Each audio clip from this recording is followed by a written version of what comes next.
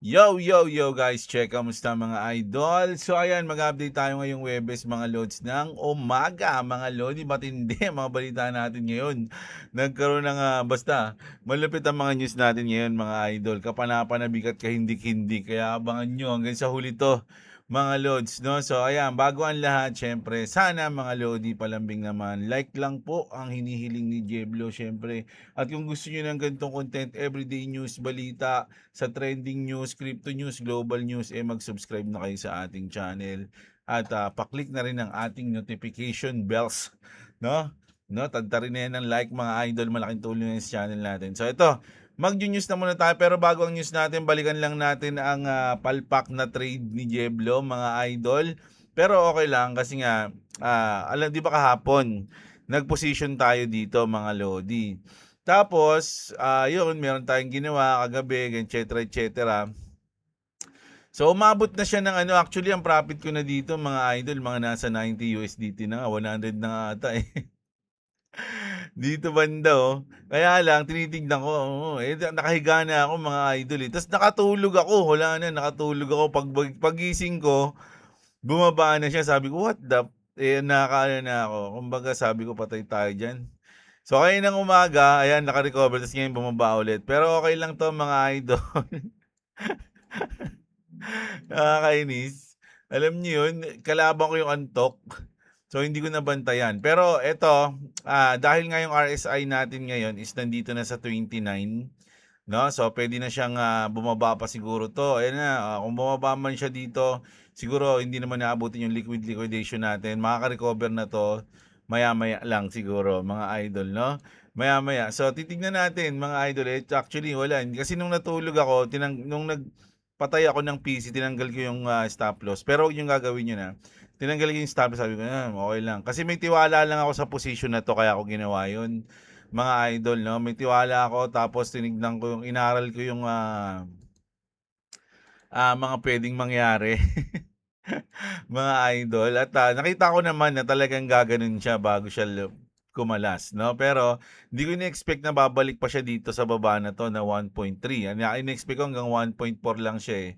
And then makaka-recover na siya. So ngayon bumaba siya ng 1.3, which is okay lang. So far $15. Pero kaganina ba, kagabi, talagang mga nasa 100, hindi ko na alam kung anong oras na yun. Tinitignan ko lang sa cellphone ko. Nasa 70 na, 80 na. Sabi ko, okay na ito, tulog na ako. Sabi ko, hindi ko na kaya eh. Tapos yun, no? Ngayong umaga, yun, bumalik na siya. Pero malayo pa sa katotohanan to, mga idol. So, titignan natin kung makaka-recover, okay? So, palpak yung trade natin kasi nga hindi ko siya na-take profit agad sa pinakamataas. And then ngayon, bumalik siya sa medyo naman baba lang ng konti. Pero kasi profit pa tayo eh. Pero hintayin natin siya mag-recover ulit. Sakto kasi nga, nasa baba yung RSI niya. So, in-expect natin na mag-recover siya. Okay? So, hintayin natin mga idol. Huwag niyong gagayahin yung ganun trade mga loads. Take profit. Profit is profit. Ako lang to kaya mali yun. Ano yun? Lakas ng loob. LNL, lakas ng loob. No, ayun. No? Kung sinusunod ko lang sana yung mga sinasabi ko sa inyo, medyo mas malaki pa yung profit ko eh. Kaya lang, hindi ko nasusunod mga loads, no? So, ayan. Punta na tayo sa ating mga balita. Naku, malupit tong una nating balita, mga idol, no? Basahin muna natin yung konteksto nito, mga idol. Sabi dito, a crypto investor, no, vacationing in Bali, Indonesia siguro to, had 189 Solana stolen by a woman to whom he handed his unlocked phone to add her to his Instagram account. No, kumbaga, binigay niya yung phone niya, add mo ako sa Instagram mo, ito yung ganito, ganyan. Pero ang ginawa ng babae, ninakaw yung crypto niya. The woman who transferred the cryptocurrency worth approximately $14,000, mga idol, almost 1 million na yan, mga lodi, nasa 700 o 800,000 na to ata eh, to another wallet in seconds, no, left the venue shortly after and vanished. So nawala yung babae, mga idol, no? Tingnan natin. Where my money at? You're like really, you're like a broke Look at bitch. her face. Feeling like, This come one I on. wanna point over This her is face. why white people. Yeah, where the It's face this at? one. What's It's this? this one. Stop Yeah, touching. there you go. This one right here. No, fuck. Which one was it? It was one of the She said, what she said? She said, you It was one in the blonde. Siguro ang daming blondie. Ang daming blondie na binigay niya yung phone niya, no? Patay tayo sa'yo. sent it to who? Bro, My friend. So, it was one so of who these did I send it to? Not me. Not you. So who? Point the finger. Point the finger, bitch. Point the finger. Let me see that. Go point the finger. Point the finger. Where my money at? Ayun yun mali, no? So, ang makulit nun, hindi niya pa alam kung kanino niya binigay yung wallet niya, no? Tapos yung cellphone niya, tapos pinasa sa ibang wallet yung Solana niya and then wala na siya. Yung mga blonde na ko, patay tayo dyan. Kaya lang sabi dito, umalis eh, oh. Left the venue shortly after and vanished. Nako, patay tayo sa'yo. Oo nga, no? Hindi ko alam kung totoo to. Sabi dito, but the app asked for a password when then it asks for face scanning. Depende kasi mga idol kung phone niya yung gamit pwede, kung phone mismo nung may-ari. Na kung naka-open yung wallet niya ron, pwede siguro yun mga idol. Na? Ayan sabi kasi dito, what an absurd piece of news. Even the most basic coin apps have fingerprint and password security. Hindi, kung naka-open niya eh.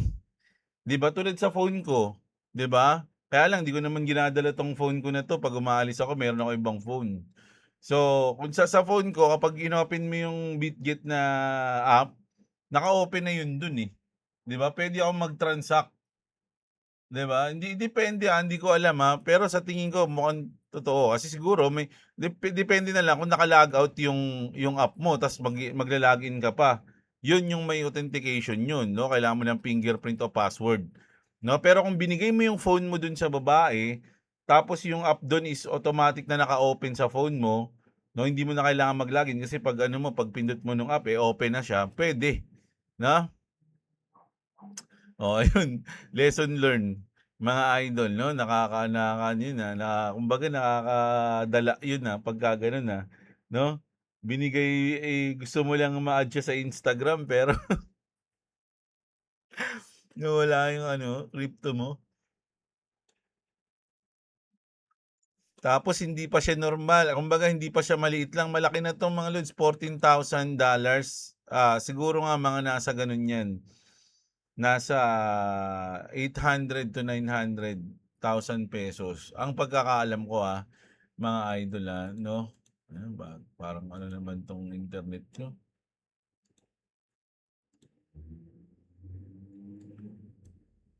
Tingnan natin mga idol. $14,000.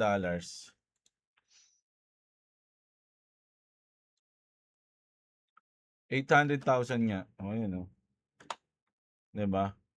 800,000 pesos. Almost 1 million na yun mga idol. Nawala niya. 'Di ba? So, speaking of nawala mga idol o natalo or something mga lodi, this is insane, no? Elon Musk became the world's first trillionaire. 'Di ba? Nabalita natin 'yan. Then lost hundreds of billions in weeks. Ganun kabilis. 'Di ba? One of the biggest wealth wipeouts in human history is happening in real life. SpaceX crashed from $225 yung IPO share, no? To 120, down 47% below its IPO price kasi ang opening niya nasa 130 eh. Tapos umabot ng 225 tapos biglang bumaba ng 120. Imagine mas mababa pa siya dun sa opening niya. His 42% stakes got shredded with it, erasing several hundreds of billions from his net worth. These weeks ago, he was the richest human ever minted. Now, the market is taking it back. Kaya kung titingnan nyo mga idol, medyo bumagsak ng konti, no? Yung SpaceX talagang natalo, no, mga idol. Pero sabi dito mga lodi, hindi pa yan, no? Hindi pa yan yung pinakabagsak. 97% of SpaceX holders have no idea what's about to hit them. No? SpaceX is already down and the real selling pressure hasn't even started. Here's what almost nobody paying attention to. Today, only 4.9% of SpaceX share actually trading. The rest naka-stock pa yan o naka-lock pa yan. unlock schedule sa August 20 kasi yung pag na-unlock yan mga Lodi, may mga possibilities na magbebenta yung mga naka-hold, no? August 20, ayan, no? Pwede magkaroon ng selling pressure diyan September 14, October, hindi, September pala. Hindi ko alam yung date pala, buwan lang pala to, wala palang specific date. Sa August, no, mag-unlock sila ng 20%, September 14%, October 14 and November 28%, pinakamalaki mga idol sa November. By December, the tradable float jumps to 40%. That's a massive increase in supply. Kumbaga biglang aangat 'yan mga idol eh. So kapag maraming supply, 'di ba? Bihina yung demand. Naiintindihan nyo? No? While the chart is already struggling, now imagine what happened when millions of additional shares become available.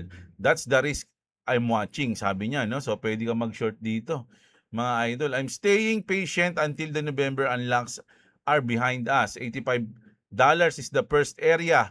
There I'll be serious, start paying attention. So kasi pwedeng bumagsak siya. Ngayon nasa $120 siya. So baka iniinaabangan niya bumaba ng $85, no? So grabe. Bakit ba bumagsak 'yan mga lord? Sabi nga may shoutout nga pala kay Dams mga lords, no? Siya ba 'yon? Ay hindi, meron pang isa iba pala to. Sa ano pala to, Clarity Act. Meron isa nag-comment sa atin mga lodi no sa SpaceX. Sorry. Idol, shoutout sa iyo. No, sabi ni Idol marami raw rocket launch na nag-failed. No, kaya medyo bumaba yung SpaceX. Elon Musk has just confirmed that some of the engines did not start, triggering an automatic launch abort. SpaceX is now uploading propellant, no? Uploading propellant with the next attempt hopefully in a few days. So ngayon to taking humanity back to the moon and eventually to Mars was never going to be easy. Every test delay lessons brings us one step closer. Success is not guaranteed but excitement always is. So marami raw, lalo na tong kulay itim na rocket na to mga lods na pag ano yan, naka-octagon yung mga octagon ba yun? Yung mga, may mga ano dyan blocks na parang octagon yung size. Ay octagon yung itsura, mga lodi. No, yung shape pala yun yan, no? So marami raw nag-fail o nag-abort na na rocket kaya medyo bumagsak yung SpaceX, yung mismong presyo. Pero mga lods, no?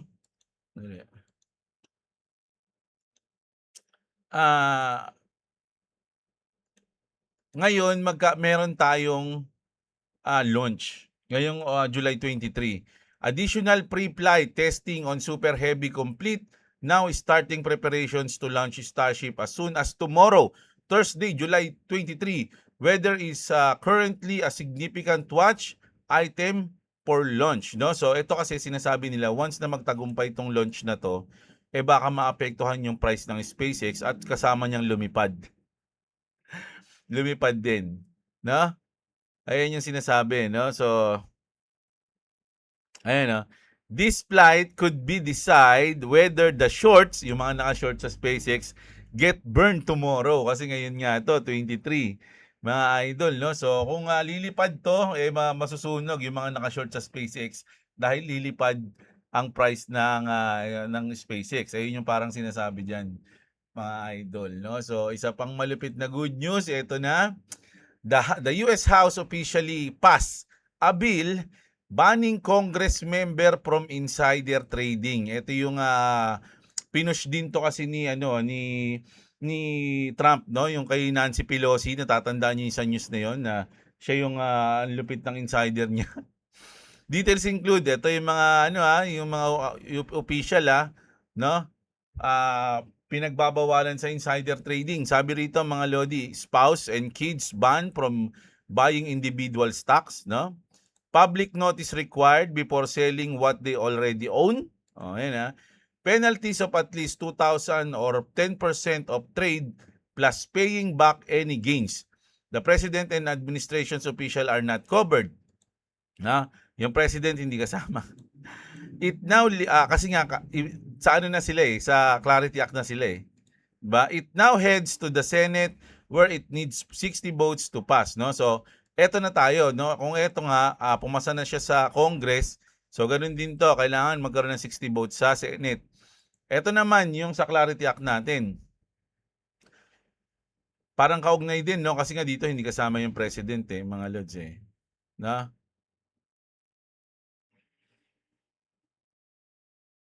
Ba? Ayun, no? The president and administration's officials are not covered.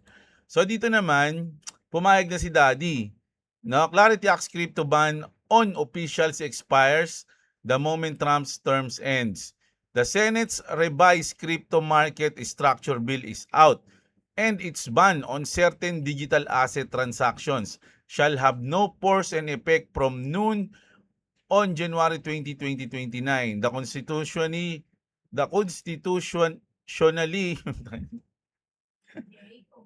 Constitutionally fixed and the current presidential term. A companion clause shields anyone from penalties after that date, even for conduct during the covered period, and the ban only kicks in up to 360 days after enactment, leaving a potential narrow window of enforcement. What survives past 2029 is disclosed requirement and a GAO study. So, nung in-announce to, mga Lodi, no? Saan na yun? Ayan, no? Medyo nag-drop yung word Liberty Pie na token ng Family Trump, no? Ayan, no? WL5 token tanks after New Clarity Act text release. Word Liberty Financial token is dropping sharply following the release of the update Clarity Act draft. No? The bill's ethics provision banning officials and spouses from issuing, sponsoring digital assets and requiring blind trust or sale directly impact Trump family-linked projects like WL5, Trump Coins, Melania Coins, at kung anik-anik pa. Meron pa sila yung ABC Bitcoin ba yun? ABC Bitcoin, nakalimutan ko na. Basta yun, tatlo yun eh. Ay, apat yan eh. Alam ko eh, apat. So, medyo naapektuhan na agad, no? Naka ba to? Sorry. Naka ata to, naka 2-hour time frame. Bumagsak mga idol 'di ba? So naapektuhan sila. Sabi naman dito, update natin sa Clarity Act din. 7 pro-crypto Senate Democrats says the Republican draft Clarity Act still falls short. No, still falls short on ethics, consumer protection, and illicit finance provision. They say they remain committed to working with Republicans to get the bill over the finish line. Alam nyo, hanggang ang gulo kasi dito, mga lods pagdating sa Clarity Act. Nung una, yung yielding.